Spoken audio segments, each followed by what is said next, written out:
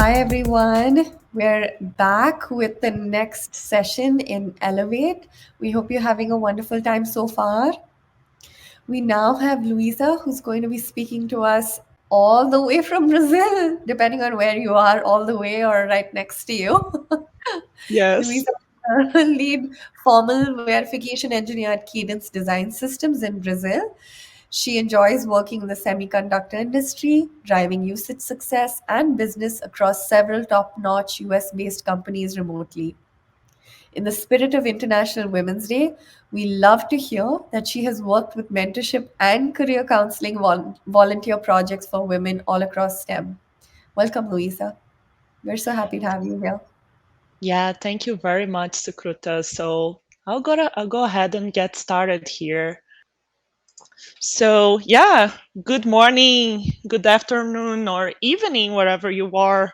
Right now in Brazil, it's 6:30, so it's evening already. And I'm very happy to be here to talk about this topic on the four allies you need to boost your career. And I want to start this topic with a short story.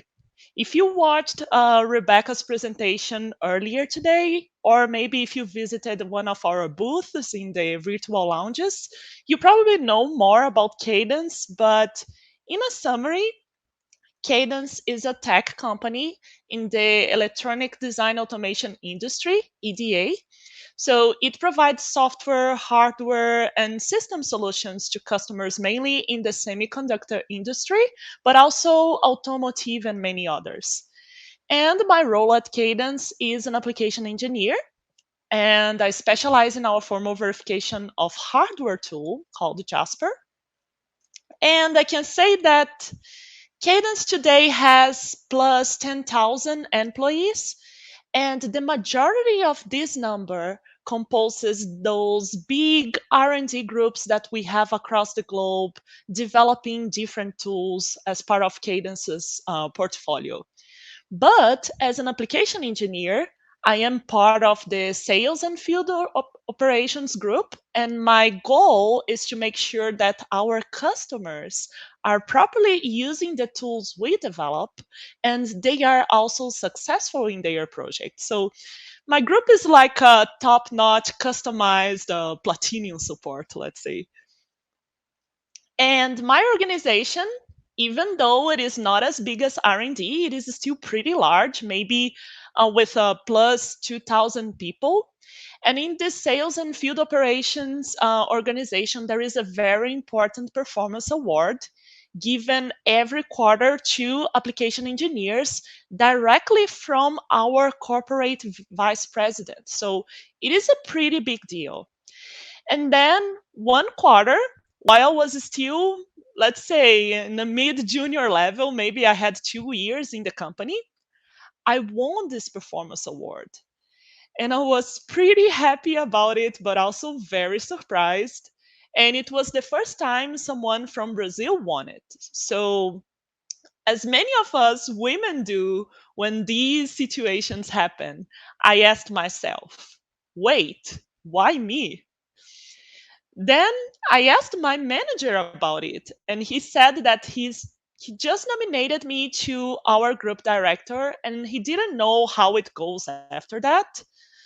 And well, that made me think a lot because if this award is given by the chief level vice president of our organization, it went through group directors, VPs, general managers, and many other levels until we got there. So, how did I go so far? Maybe it was luck or something, but I didn't believe that. So I started by reflecting upon what was the impact of the project that I was leading at the moment. In your work context, positive impact maybe is providing the best technical solution or create new products, or maybe it is related to team building and developing the talents of your company. Or maybe it is regarding effective management, strengthen the company's business position by making sure that the others are delivering what is important, right? And all of these activities, whatever you do, can be or not relevant for the company. It depends, of course, in your own competence and capacity to exceed the expectations, but it also depends on the opportunity that are offered to us and the projects that we are participating in. So, business acumen is something very important here. If you have it, it's much easier to make decisions in a more conscious way when opportunities are reachable to you. And business acumen is also defined as just general business understanding. I like to think that it is the ability to take a big picture view of a situation, weigh it up, and make decisions that impact positively in the company business. And to do this, you need to have a good general business knowledge of your organization and the market that your company is inserted in. You also need to understand how your team, your group, and the project impact on the business. Second, you need to develop important abilities that help you understanding cause and effect and make good decisions based on that. So you can ask yourself, is this project I'm working or this feature that I'm developing going to have a good positive impact in the overall company's business? And finally, networking awareness. So, this is the focus of this presentation. While I'm pretty sure the previous two topics are covered by other presentations in this conference, right? Anyways, you need to build self awareness by understanding your position and where you can go in the company. So, what are your strengths and where you can get with these skills that you can stand out? And you always need to work on your personal branding so people see what you're doing and the results that you're getting. And you need to understand who are the key people that are going to help you on amplify your impact and take the next step in your career. So this is stakeholders awareness. And I like this idea a lot. We need to be intentional about forming relationships and building our networks. This is something that men are doing all the time, and sometimes it's not clear to us women that we have this power at our hands. And the question that we have here is, who are these people that we need to proactively connect with? And then we reach the four allies idea. So this is a concept that is widely spread in the corporate world. You can search about it on the internet and see different opinions about this same topic. But the general idea is that by connecting and collaborating with these four stakeholders, you can develop your knowledge, skills, and boost your influence. And the first of them is a mentor. So, mentors are the ones who support, guide, and advise you. And this is a very flexible role, can be someone in your company or outside your company, and can last like long or short. And this guidance can be either technical or personal, or even develop a soft skill that you're lacking, but they are the ones that are going to share your joys and challenges professionally. And hopefully, you are going to have many of them through your career along different levels of experience. Okay. And the next ally in our list are the sponsors. So the sponsors are the ones who provide you with different types of opportunities. So these opportunities can be either a promotion, giving visibility of something that you've done, networking events. So they are generally part of the organization, different from the mentor that is like a more flexible role. They can be maybe a supervisor, a manager, or a senior level colleague that can open doors for you. So they are going to advocate for you in quorums that you don't have access to. but they expect you to work hard and reflect positively on them as a result, since they are giving you opportunities. And because of that, sponsors usually give you honest and direct feedback, including the tough stuff. And I like to say that my mentors have made me the person I am, but my sponsors have gotten me to the position I am in today. So I guess this is the main difference between the two of them. And we go to the next ally, which is the role model. So the role models are the people who you may or may not know well, might be like a famous celebrity or something, but they demonstrate talents that you want to emulate and habits that you want to develop. As for me, I have role models for technical expertise, mindset, or ideological position, or they just have, astound me with their tireless advocacy for other women and other important causes that I also fight for. Or maybe they have shown me how to handle with adversity with, resilience, assertiveness, and grace. So this is also an inspiration for me. And they are crucial for your growth. Even sometimes you don't know these people, but because developing yourself as a person will make you proud and give you strength, inspiration, and motivation to take the next steps and succeed. Okay, so they are also very important. And last but not least, the best friend at work. So this concept has garnered, some criticism, but in my opinion, there is no doubt that a friend at work help you, it helps the day go by more quickly because they give you emotional support. They can boost your confidence on taking, important steps and decisions in your career. And the message that I want to give here is that if you are lucky enough to find this person and truly connect with someone at work, don't hesitate to do that just because they are in the workplace, okay? Because having this person is also very important for your career development.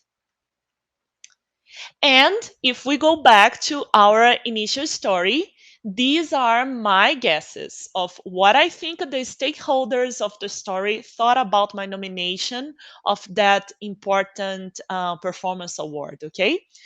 Keep in mind that the idea here also applies to an important decision that your superiors are making about your career, like a promotion or deciding to give you a new project. And first, with my manager, he is the one who knows my job, right? So he probably decided to nominate me and provided a lot of technical details to pass along. And when that came to our director, he still understands the technical aspects of what we are doing, right? But he probably thought that it was impressive, and by promoting that, it will also promote his team overall. But when it goes to a general manager or a group director, they might not even know who you are. And they are probably more focused about the project relevance or the customer importance. And this is why business acumen is important here, because you should be asking for opportunities matching two things. You believe you can truly contribute to them with your skills, and you believe they have a good impact in the organization and it is a relevant activity. Okay, but the real magic, I guess, happened here. The vice president of my group was the person who idealized the creation of my team in Brazil some years ago. So we didn't have application engineers in Brazil before, and it was her personal project. And showing the impressive things that we were doing down here would also reflect upon her own success. So she was the one who developed the talents here, And look at what these young talents are producing. This is like great for her organization and showing the good work that everybody was doing. So I think this was the most important part here. And finally, in the very upper executive levels, like a corporate VP or a chief level officer, they will trust the judgment of their leaders in general, and they will always try to match the company's culture and business. So this person particularly is an amazing advocate for diversity, equity, and inclusion, and they believe in promoting young talents also, as it is also important for Cadence as a company. So that might have impacted in the decision also. And if we translate this story, we can say that for your direct management is your hard work and your excellence that really matters, okay? And for a unit level, you need to somehow exceed the expectations and do something that raises the bar for the team. And again, Rebecca mentioned it about knowing what you stand out and what are your key qualities really helps finding your way here to, exceed the expectations. For the group level is the project relevance and a matching with the group's goals that is going to matter. For the VP level, then it is business impact, customer impact, and in my case, it also had a matching with the goals of the VP. And finally, in addition to business impact, the C level is going to be also worried about alignment with the company's culture and goals. So in this story, I can say that my manager was my mentor because he helped me a lot, guiding me on leading this project. But he was also a sponsor by doing the first nomination, after all, right? And I can say that my personal influence alone can reach from direct management to unit level, maybe. And I want to mention that I had a very important friend during this phase that helped me go through very challenging, situations. And finally, I guess my main sponsor in this story was the VP, and her influence was the one that made the nomination go through all the levels. Okay, so I think this is the important part that I could understand afterward, and I was doing the right thing by not knowing that I was doing the right thing. But it is very important to be conscious about this. And finally, one challenge that we have to connect with these four allies is when we work remotely. So I'm based in Brazil, but most of my colleagues and customers are based in US. And since many of us are remote, it's even more important to embrace the opportunities to build our network within the company. So, one thing that we suggested to our manager, for example, is to pair juniors with seniors in our group in an official mentorship program. So, every new person who joins the team has like weekly or bi weekly meetings with a senior colleague from a different location for a period of 1 year. So, this is official and that encourages people, to connect. Another idea is if your company doesn't give periodical updates on company's goals and business position, you can ask, for example, your manager to give like a quarterly update on what are the plans for the project that you are developing and the overall situation of the business. This is something that you can plant some seeds with some key people to provide more information to build your business acumen. And finally, be interactive with your peers. The opportunity to communicate are, difficult when we have this remote or hybrid work. So whenever you have the opportunity to have like a one-on-one or a meeting with a manager or a senior person in your team, make your intentions clear Being assertive in your one-on-one communications is very important, and show your intention on taking the next steps in your career. Sometimes they make assumptions and they don't even know that you are considering taking the next step. So make your intentions clear so they can remind about you when these opportunities show up. And finally, don't miss the remote or in person connection opportunities. My current most active mentor, I met him in the World Cup chat, in the internal chat in the company, and we started talking there about football. And then I realized that he had awesome skills. And then I asked him if we could meet like monthly just to discuss different topics. So it was really out of the blue, but a very nice surprise. So, to finish, support the women around you, mentor or sponsor if you have the opportunity, and maybe they are more approachable if you're seeking for mentorship or sponsorship. But our presence in the STEM community is still not as expressive as we wanted. So be open minded, ask for mentorship from men also, because otherwise we would be relying with few people. So we want to expand our influence and also reach to places that some women are not reaching today. And this is what I had to share. It is a lot of information, but I just wanted to plant these seeds and open your mind to start paying attention on those stakeholders in your own company and whatever step you are in your career. Okay, so thank you very much for attending. Thank you. Thank you, Louisa, for the wonderful insights. People have absolutely loved it, and you'll see it in the comments.